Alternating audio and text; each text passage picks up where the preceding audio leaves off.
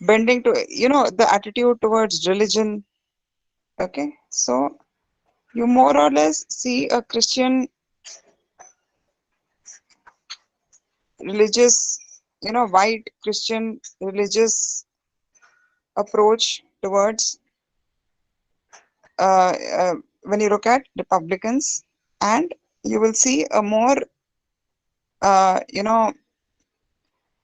secular is not the term to use, but more liberal, more open ideas in the Democrats, whether it is uh, in relation to economic policies, whether it's in relation to jobs, employment, immigration, whatever. You see it closer to, you see it closer to,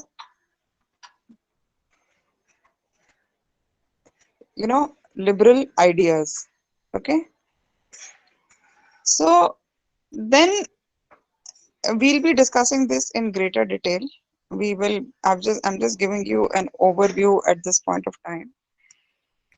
It's very interesting to look at the candidature of Kamala Harris, etc., current events that are happening, which would, help you to understand the pulse of American politics a little more, in a little more nuance, in a little more detail. So please keep your, reading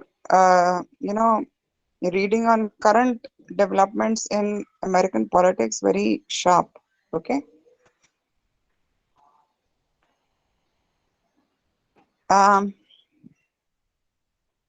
even in the American politics, you will see in American political parties, you will see a reflection of what happens, what happened at the time of the American Revolution, where the southern states are bending more towards the Republican parties. That division happens very, that division can still be reflected, can still be seen. Okay. So let's look at a little bit on the process of elections itself. Okay. So there are four major steps in an American presidential election. We are looking at the presidential election at this point of time. Okay. We need to understand these four steps. The first is when you have the primaries, they're also called the caucuses. Then you have the conventions. Then you have the campaign, which ends in the elections, and then you have the vote in the electoral college. Okay. Again, today I'm just giving you an overview. Understanding these takes a little time because they're so different from what we have in our system. We are used to the parliamentary system, which is very clear, very direct. The presidential system is slightly different. Have you people done the presidential system with Dushyant sir?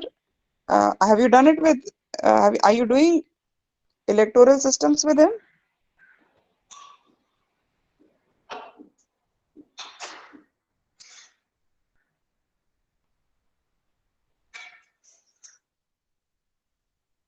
What's wrong? There is no response.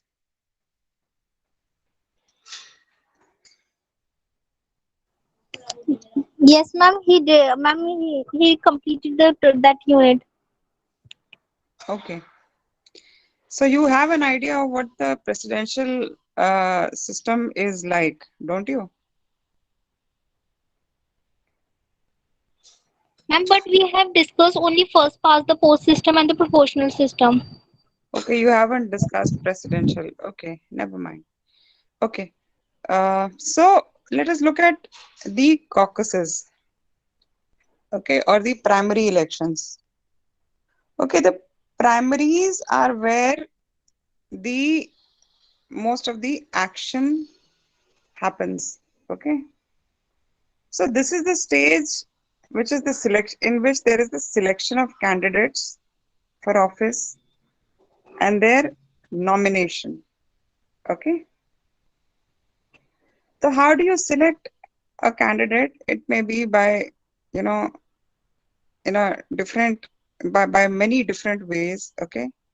It can be done by a group of party leaders meeting in a caucus, by delegates at a party meeting or at a convention, by party supporters, or even by a combination of all these methods. Okay. So what are basically primaries? Primaries are elections in which party supporters choose their candidates prior to the general elections. So you are having party caucuses and primary elections both in the Republican Party and in the Democrats. Okay. It's basically a system for choosing candidates for an elective office, which I think is quite good because what happens is that in the primary elections you're giving party members a direct voice, in the choice of party representatives. Okay, so it is, in a sense, you can see mass democracy in action. Okay, they are, in principle, these elections are very democratic. Okay, you only have to declare, as an electorate, you only have to declare that you're a party member. Okay, and then you'll be registered, and then you can vote if you're registered for the Democratic Party, then you vote for a Democratic primary. If you're registered for a Republican Party, then you vote for a Republican primary. Okay, so they are a party matter. Okay, huge publicity happens here. Even within parties there are rival candidates. So in a sense, a lot of action is happening in the primaries, and this is where your stage is set as a party candidate. How you're faring in the primaries, how far ahead you're getting in the primaries is actually an indication of how good you're going to be as a presidential candidate, how far you're getting as a presidential candidate. It's a measure of your popularity, your effectivity within a party, within the party, and your you know not eligibility, but actually your viability as a party candidate in the upcoming elections. So then after this, you have the national conventions. Okay. So whatever has happened in the primaries gets a stamp in the actual process, the choice of candidates for presidency happens in the national conventions.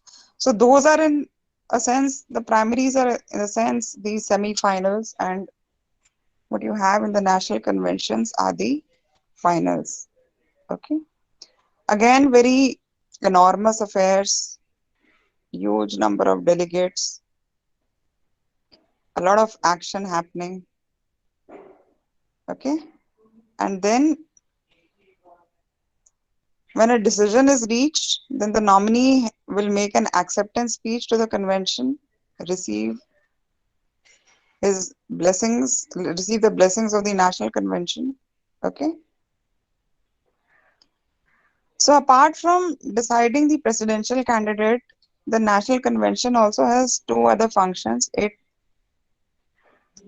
formulates what is called the party platform. It's not really strictly a manifesto, but it is a description of what you are going to be, what your party's stand is going to be in the upcoming elections. So when we were discussing, when we were seeing, analyzing Trump and Biden, the debate, we did realize that neither of them came up with a party platform, which is very surprising because party platforms are decided at national conventions. Okay. And the second thing that happens is that you also nominate a vice presidential candidate. Okay.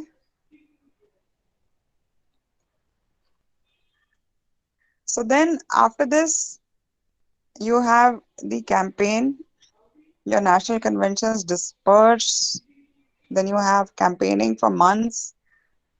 Sometimes that goes into years, maybe 1 year at least. Months could, you know, stretch into a year. And then you have your elections. Okay. And then you have what is called the Electoral College. If you remember, in the last elections, when Trump was being elected by the Electoral College, that is where some of the complexities happened, and it was being thought that the president may not get through the Electoral College. Okay, but ultimately he was successful. So, broadly speaking, this is how the American elections are held. I'm sure the question is arising in most of your mind how the electoral college works, but it's a pretty complicated mechanism, which we will take up probably in the next class. We will look at how the electoral college works. You may also ask the expert who comes to give you his advice on that, but we will discuss it in class as well. Okay. So broadly speaking, this is how the presidential elections take place every 4 years. Everybody knows. Elections for 1/3 of the Senate takes place every 2 years. Okay. So that Okay. process that process keeps going on. Okay. It's a ongoing process. Very often we see the important thing to understand is how what the relationship between the Congress and the president is. And in the current presidency, we know that it's a pretty, uh, traumatic, tumultuous relationship, keeps undergoing its good and bad phases. Okay. Just like in any other democracy, pressure politics also plays a very important role in American politics. So you see, there are a number of pressure groups, interest groups, and organizations which affect elections, which affect the political system. At so you have business interest groups, you have labor and political groups, then you have farmer groups, just like we have in our country. You have farmer groups there. You have cause groups, public interest groups. In the last couple of months, we saw the rise of Black Lives Matters, which is also another important group as you see it in American politics. Okay. So all these interest groups, they affect the working of the American political system.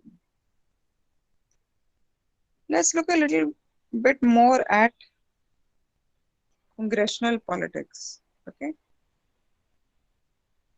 So how do we understand the Congress of the United States? It's a powerful representative assembly, quite a powerful representative assembly across the American states. Okay, they are recognized as the legislature, the legislative branch of government in America. Okay, quite independent decision making power they have if you compare to other. No, I don't think you can compare to other democracies, but yeah, they themselves are a policy making body with considerable influence. Okay, so according to the constitution, constitutionally they have a high degree of legal autonomy. Okay, president has no power to dissolve the Congress. Okay, he has a limited veto power over congressional acts which he doesn't like. Both the houses of Congress have equal power. Senate has the added power of ratifying treaties on behalf of the United States. Okay, all bills which are, there are these peculiar features in every political system. Revenue bills originate in the House of Representatives, but the Senate can amend, it can reject, it can amend these proposals, these bills. Okay.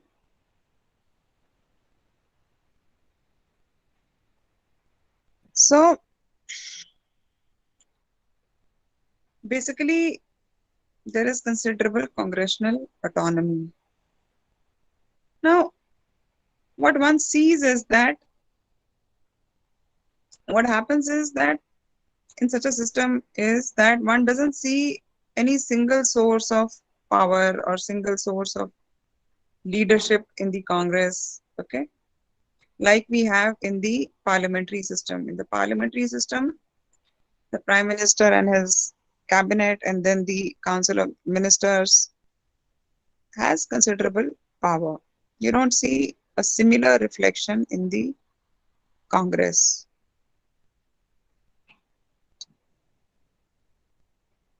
So the Congress is also more dynamic in the sense that it allows full play to sectional local interests, and to group pressures, which is okay because these are, one cannot say that group pressures or sectional interests are not okay. That will be a value judgment. Sectional sections and groups are there in society, therefore they would be reflected in the political system, and it's all the more better that the Congress takes care of these kind of interests.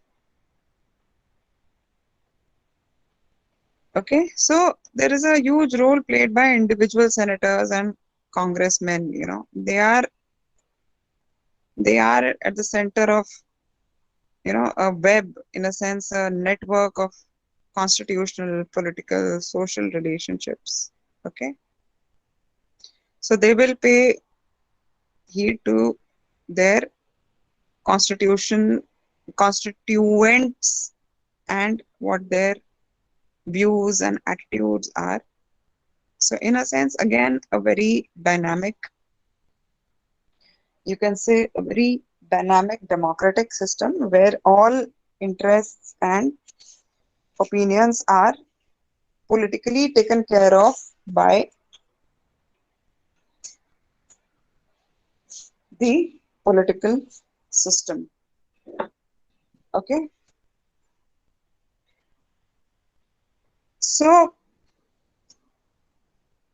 also American politics by its very nature is very,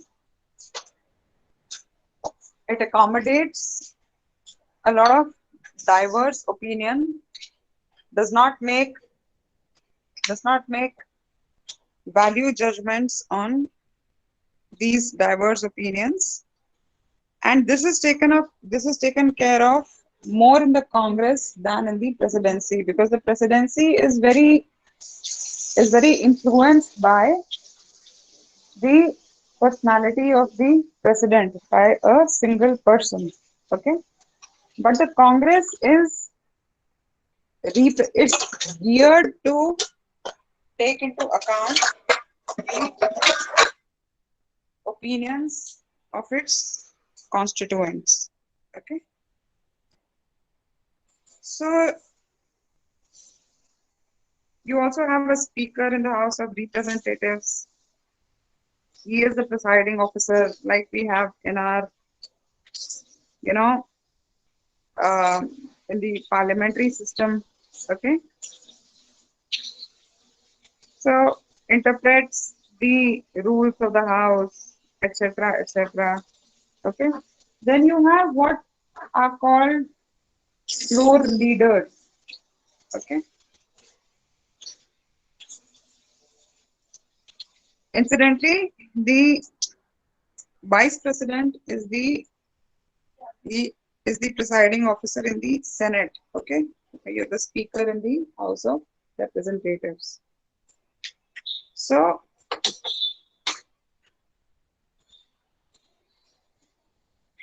okay, so this is how you have broadly, you know, to understand the congressional system. We are not done with this yet because in the congressional system, a very important aspect of the congressional system is the congressional committee system, okay, which we are yet going to be looking at. I don't want to go into that today. I think I'll keep that for the next class, okay? Because that's how, if you understand the congressional committee system, then you understand how it works in America. I've already told you that the president does not have substantial veto power in the American system. Okay. There is also substantial control of the Congress over major legislative functions, over policy making, etc., which we will discuss in the next class. And we'll also be looking at presidential politics a little more closely. Are there any questions? You can stop the recording. You can switch the recording off. We can take questions.